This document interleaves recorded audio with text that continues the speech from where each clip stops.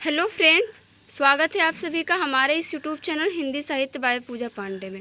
Friends, आज इस video में हम लोग बात करने वाले हैं कि केवीएस टीजीटी हिंदी के लिए अगर हम इंटरव्यू देने जा रहे हैं तो ऐसे कौन से बेस्ट टॉपिक हैं जो हमें तैयार करके जाने चाहिए डेमो टीचिंग के लिए। क्योंकि देखिए, एनसीईआरटी बुक्स जो हैं वो 6 to 10 सभी हैं। सभी में जो है कुछ कविताएँ हैं, कहानियाँ हैं, रेखा चित्र है, निबंध है, ऐसी बहुत सारी विधाओं की रचनाएं गद्य के अंतर्गत। काव्य में भी कविताएं हैं, दोहे हैं, साखियां हैं, शब्द हैं, पद हैं, सवैये कविता, ऐसी बहुत सारी चीज़ें हैं।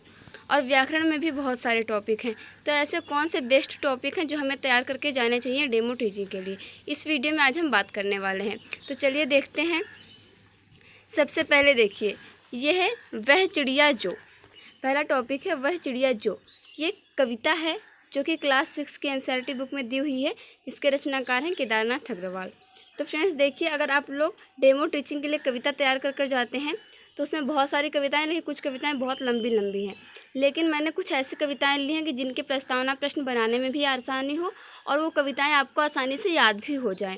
तो इसलिए आज मैं कुछ ऐसे कविताएं और कहानियाँ आपके लिए लेके आई हूँ, और व्याकरण जो डेमो टीचिंग के लिए सबसे अच्छे होंगे। तो वह चिड़िया जो, इसे आप आसानी से इसके प्रस्तावना प्रश्न बना सकते हैं और इस कविता को याद कर सकते हैं और एक्शन के माध्यम से बच्चों को समझा सकते हैं, जिससे कि आपकी डेमो टीचिंग जो है वो काफ़ी बेहतर होगी। दूसरा है साथ ही हाथ बढ़ाना। ये गीत विधा की रचना है। इसे आप लोग गाकर बहुत ही अच्छे तरीके से प्रस्तुत कर सकते हैं और बच्चों से कुछ जो है क्रियाएं भी करवा सकते हैं। जैसे कि साथ ही हाथ बढ़ाना, तो आप उन्हें एकता में शक्ति है या एकता में बल है, इस तरीके की कुछ छोटी छोटी कहानियाँ जो होती हैं वो आप उन्हें सुना सकते हैं या फिर स्टार्टिंग कर सकते हैं। तो अगर आप बहुत अच्छा गाते हैं तो इस जो गीत है साथ ही हाथ बढ़ाना, इसे आप गाकर भी प्रस्तुत कर सकते हैं और इसके प्रस्तावना प्रश्न भी काफ़ी आसानी से बनाए जा सकते हैं। तीसरा है दादी माँ। ये क्या है? एक कहानी है। तो देखिए, कहानी जो है, कोई भी कहानी हो वहाँ पे बिल्कुल भी आपको कहानी नहीं पढ़ना है, क्योंकि लगातार आप कहानी पढ़ेंगे तो क्लास बोरिंग हो जाएगी। इसलिए हमें सिर्फ कहानी का सार बताना है, वो भी बहुत रोचक तरीके से प्रस्तुत करना है। तो पिछले 2 वीडियो मैंने कहानी के प्रस्तावना प्रश्न भी बताए हैं। जैसे एक कहानी थी बाज और सांप और एक कहानी चिड़िया की बच्ची। तो लेकिन आपको पूरी कहानी नहीं पढ़नी है, लेकिन पहले से आपको कहानी इसलिए पढ़कर जानी है ताकि उस कहानी का सार आपको पता हो, ताकि आप वहाँ पे अच्छे से उसे प्रस्तुत कर पाएँ। क्योंकि कहानी का जो मोटिव है, जो उद्देश्य है, वो तो समझ में आना चाहिए और उसे पता भी होना चाहिए, ताकि जब आप उसे प्रस्तुत कर रहे हैं तो वो पूरी कहानी कुछ ही शब्दों में आराम से जो है वो प्रस्तुत की जा सके या बच्चों को समझाई जा सके। आप यूँ कह सकते हैं गागर में सागर भरना, कि आप कम ही कहें, पूरी कहानी वहाँ पढ़नी नहीं है, लेकिन पूरी कहानी समझ में भी आ जाए। इस प्रकार से कहानी को आपको प्रस्तुत करना है। फिर तो चौथी जो है चिड़िया की बच्ची। जैसा कि मैंने बताया, इस कहानी को हम लोग देख चुके हैं, इसके प्रस्तावना प्रश्न भी देख चुके हैं। बाकी किसी कहानी का सार देखना होता है तो फिर हम नेक्स्ट वीडियो में आपके लिए लेकर आएंगे दादी माँ कहानी, और इस कहानी का हम सिर्फ आपको सार बताएंगे, पूरी कहानी नहीं बताएंगे। तो आप ये उसे देखकर ये समझ सकते हैं कि किस प्रकार से हमें कहानी का सार प्रस्तुत करना है। फिर अगला टॉपिक है ध्वनि।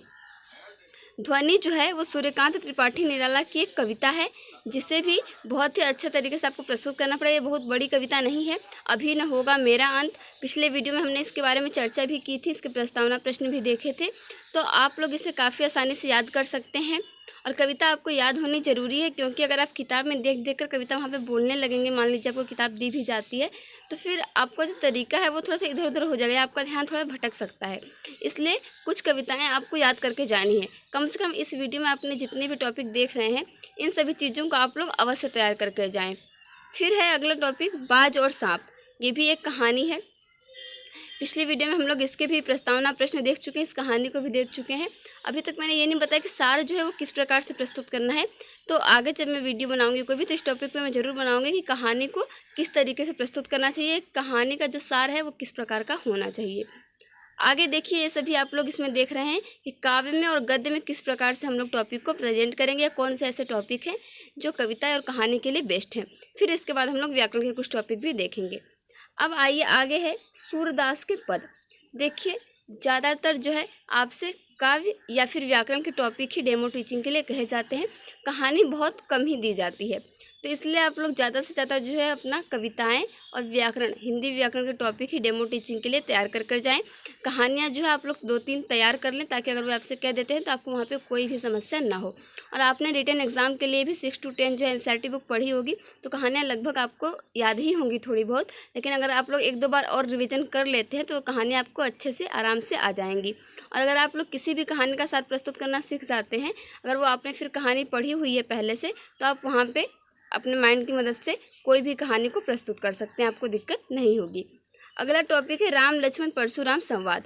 देखिए, जब आप कोई दोहा, पद या फिर कविता पढ़ा रहे हो तो बोर्ड पर आपको उसकी पंक्तियों को लिखना नहीं है कि नहीं सभी पंक्तियों को लिखना है, लेकिन बोर्ड पर आपको कुछ कठिन शब्द लिख देने हैं जो कि उस कविता या पद दोहे में आए हुए हों, और उन शब्दों के अर्थ भी वहाँ पे लिख देने हैं।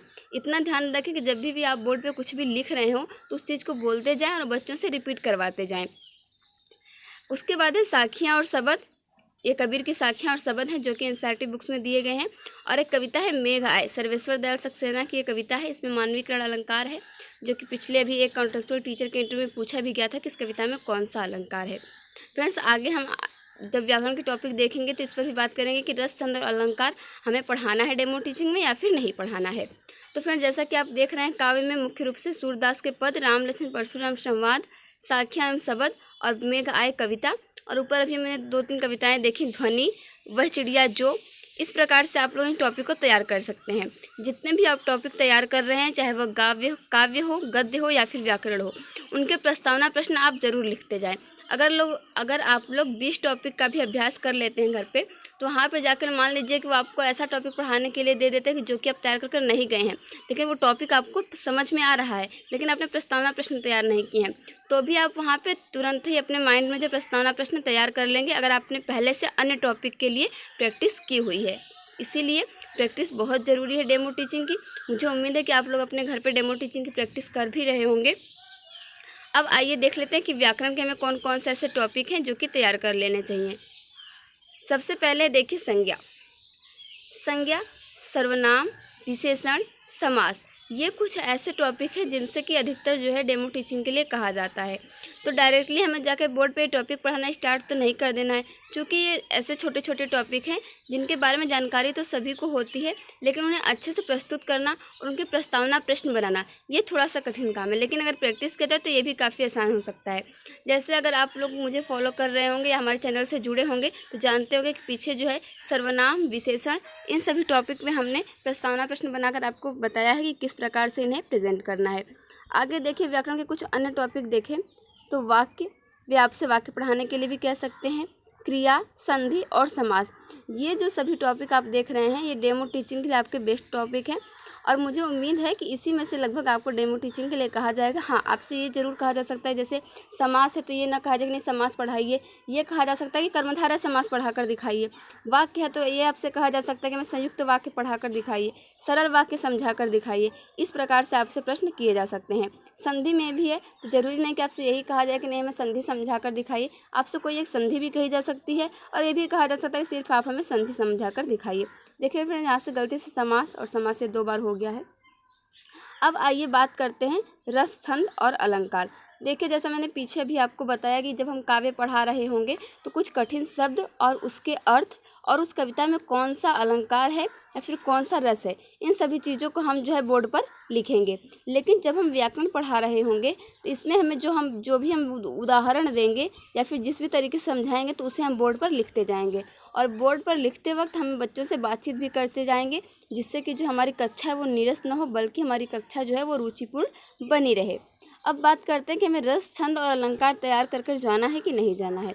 तो देखिए फ्रेंड्स, रस, छंद और अलंकार के लिए डेमो टीचिंग में आपसे नहीं कहा जाएगा, लेकिन हाँ, चूँकि आप हिंदी से साक्षात्कार देने जा रहे हैं टीजीटी के लिए, तो आपसे इनसे संबंधित प्रश्न अवश्य पूछे जा सकते हैं कि इस कविता में कौन सा अलंकार है, इस मतलब ये लाइन जो दी गई है आपकी पंक्तियाँ, इसमें कौन सा छंद है या फिर कौन सा रस है, रस कितने प्रकार के होते हैं, इन दोनों अलंकारों में अंतर बताइए, इस छंद में कितनी मात्राएं होती हैं, कितने चरण होते हैं, कौन सा मात्रिक है, कौन सा सममात्रिक है। इस प्रकार से आपसे प्रश्न जो है वो इंटरव्यू के दौरान पूछे जा सकते हैं, लेकिन डेमो टीचिंग के लिए इन टॉपिक की जो संभावना है वो काफ़ी कम है। तो जैसा कि आपको समझ में आ गया होगा कि आपको कौन कौन से टॉपिक तैयार करने हैं, तो आप लोगों को व्याकरण में संज्ञा, सर्वनाम, विशेषण, समास, वाक्य, क्रिया, संधि, ये सभी टॉपिक आप लोग व्याकरण के लिए तैयार कर लें। प्रस्तावना प्रश्न जैसे बना के। और ऊपर जैसे कि भी आपने देखा काव्य और गद्य की बात करें तो ये कुछ कहानियाँ, कविताएं और दोहे हैं जिन्हें कि आपको तैयार कर लेना चाहिए डेमो टीचिंग के लिए। क्योंकि फ्रेंड्स देखिए, जब भी आपको कॉल लेटर आता है या इंटरव्यू की डेट पता चलेगी तो आपके पास सिर्फ 14 से 15 दिनों का ही समय होगा। तो उस समय में आप अपने सब्जेक्ट की तैयारी करेंगे या डेमो टीचिंग की प्रैक्टिस करेंगे तो इस काफ़ी कम समय बचा रहेगा आपके पास। इसीलिए आप लोग कुछ लोग तैयारी कर भी रहे हैं और जो लोग नहीं कर रहे हैं तो अभी से ही अपना डेली इंट्रोडक्शन बोलने की और घर पर जो है एक रोलर बोर्ड ला के डेमो टीचिंग की प्रैक्टिस शुरू कर देनी चाहिए, ताकि वहाँ पर जाके आपसे कोई भी गलतियाँ न हों। तो उम्मीद करती हूँ फ्रेंड्स कि ये वीडियो आपके लिए काफ़ी हेल्पफुल होगा। तो मिलते हैं नेक्स्ट वीडियो में डेमो टीचिंग एक नए टॉपिक के साथ। तब तक आप लोग अपनी तैयारी करते रहिए। Thank you for watching this video.